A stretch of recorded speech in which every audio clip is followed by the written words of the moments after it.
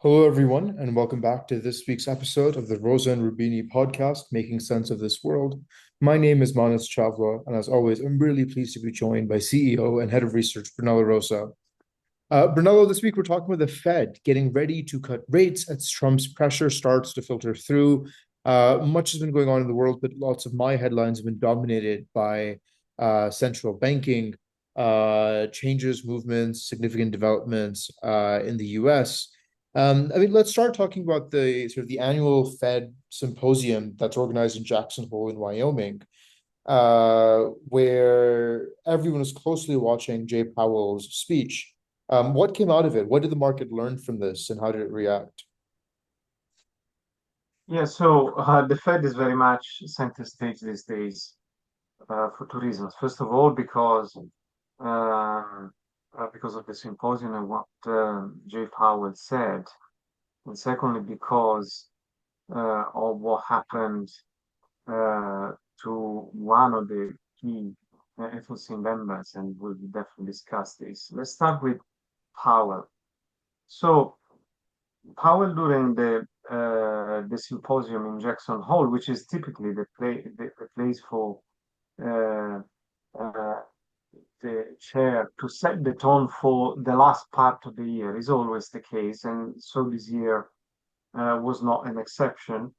Said that the balance of risk is shifting, and that the risk to inflation are now lower than they used to be, while the risk to unemployment, to the employment situation, is on the rise.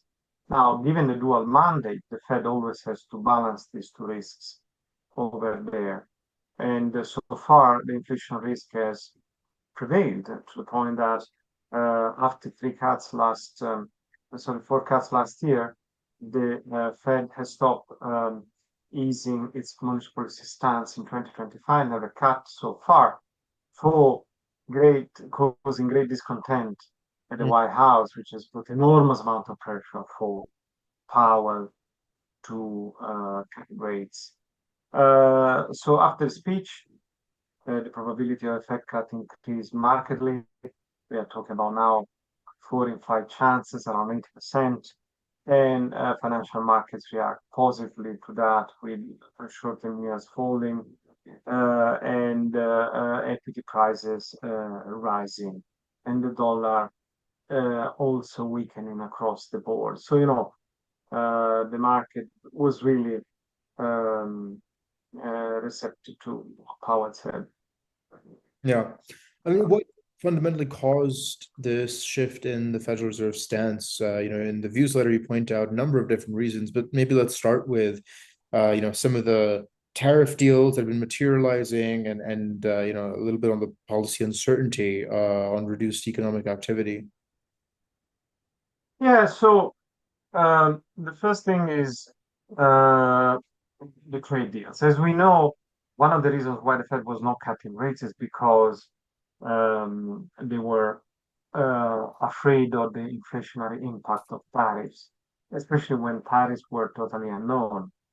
But now a number of key trade deals have been signed, and therefore saying that uncertainty is as much as before is not correct.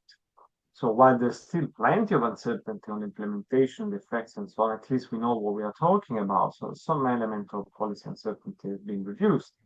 We know that Japan got 15%, the EU got 15%, Switzerland got 39%, and so on. In some cases, higher than before, EU and Switzerland for sure. In other cases, it confirmed what more or less was expected, such as the UK, 10%.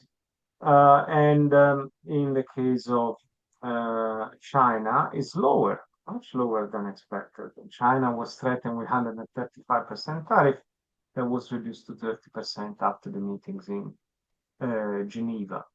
A second mm, reason is because this policy uncertainty we were talking about has affected economic activity, given kind of worsening, souring Mm. sentiment.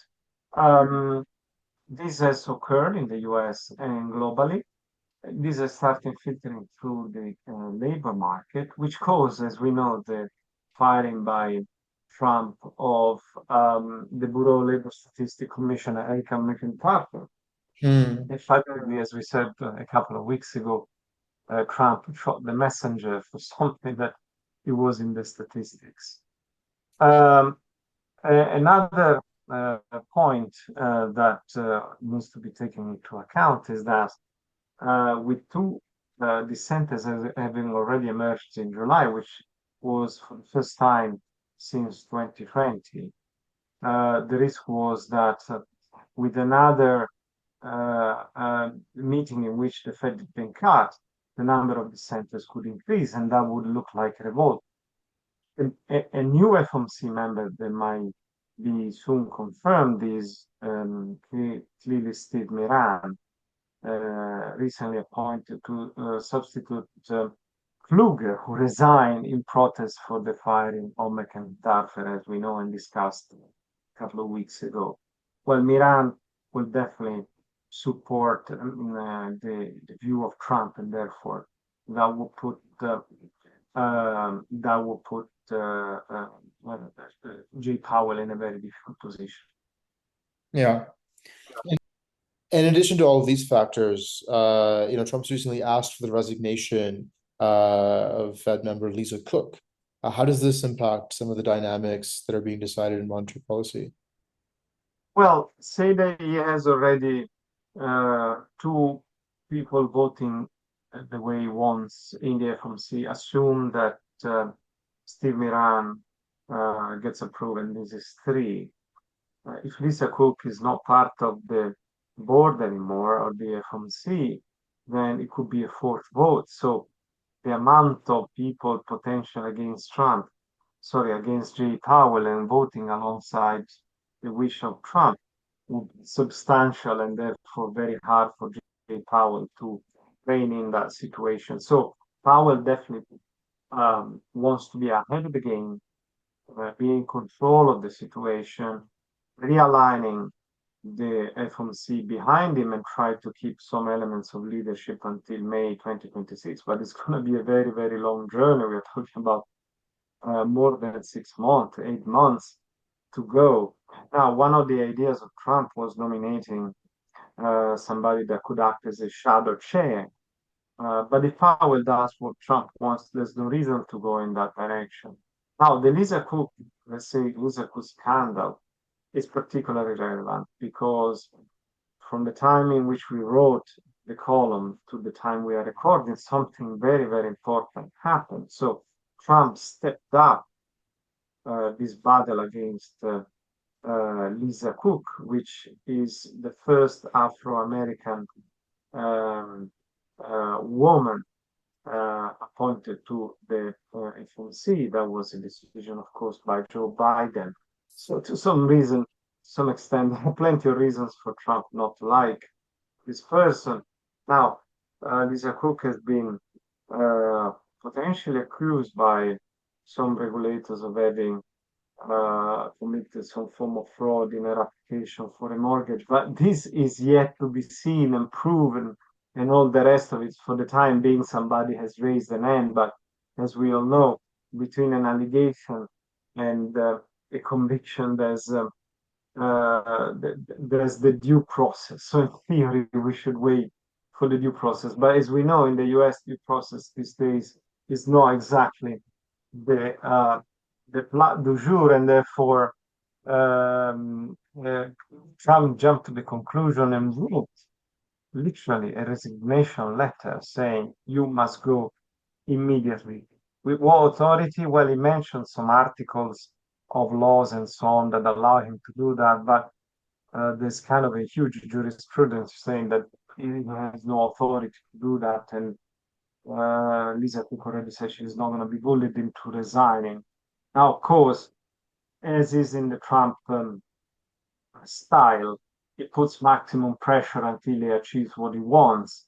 So I'm not surprised that he has done this, even if in theory he couldn't do that. This is the same approach he has used against universities, against Hmm. governors. I mean, this is the typical Trump approach until some form of compromise is reached. Now, in this case, compromise can only be Lisa could be replaced.